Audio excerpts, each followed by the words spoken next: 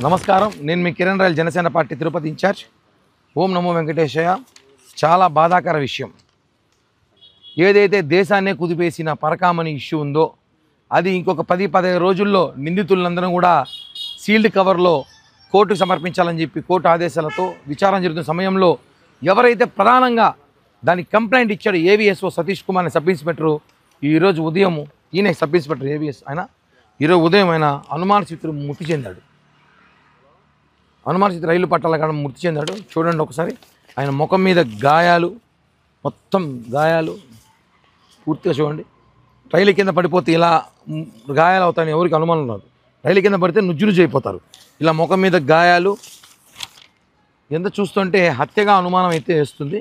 ఇది అనుమానిత మృతి కాబట్టి పోలీసులు, డీజీపీ గారు ఇమ్మీడియట్గా దీని మీద విచారణ పిలిపించి ఇది ఆత్మహత్య తెలుసుకోవాల్సిన అవసరం ఉంది.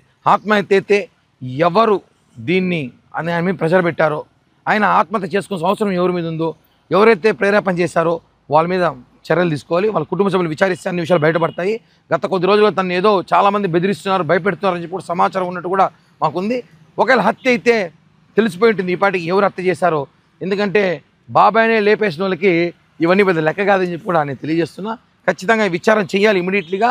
డీజీపీ గారికి ఇంకో విషయం చెప్తున్నా, ఎవరైతే పరకామణి నిందితుడు ఉన్నాడో రవికుమార్ ఇమీడియట్గా పోలీస్ కస్టడీ తీసుకోండి. 2వ తారీఖు సీల్డ్ కవర్ల రిపోర్ట్ వచ్చే వరకు రవికుమార్ని పోలీస్ కస్టడీలో ఉంచితేనే ఇంకా విషయాలన్నీ కూడా బయటపడతాయి. లేకపోతే, ఎందుకంటే ఈ విషయంలో ఇద్దరే ముఖ్యమైన ఉన్నారు. ఒకటి కంప్లైంట్ ఇచ్చిన సతీష్ కుమార్, 2 రవికుమార్. సతీష్ కుమార్ రాజీ అయినాడని చెప్పి గతంలో చెప్పారు. సతీష్ కుమార్ ఏ విధంగా రాజీ అయినాడు సతీష్ కుమార్ చెప్పాలి. సతీష్ కుమార్ రెండోసారి విచారణ రావాల్సిన అవసరం ఉంది. ఇప్పుడు ఆయన లేడు. ఇంకా రవికుమార్ కూడా మళ్ళీ ఒకసారి విచారణ పిలిచే అవకాశం ఉంది. ఇప్పటికే దానికి సంబంధించిన సీఏలు ఎస్ఏలంతా కూడా విచారణకు వచ్చారని తెలిసింది. కాబట్టి రవికుమార్ కూడా నాకు తెలిసి గతంలో ఎన్నోసార్లు చెప్తున్నాం, అతను కూడా ప్రాణహాని ఖచ్చితంగా ఉంది. ఇమీడియట్లీ రవికుమార్ని పోలీస్ కస్టడీ తీసుకొని 2వ తేదీ వరకు పోలీస్ ఆధీనంలో పెట్టుకోవాలని చెప్పి కూడా జనసేన పార్టీ తరఫున డిమాండ్ చేస్తున్నాం.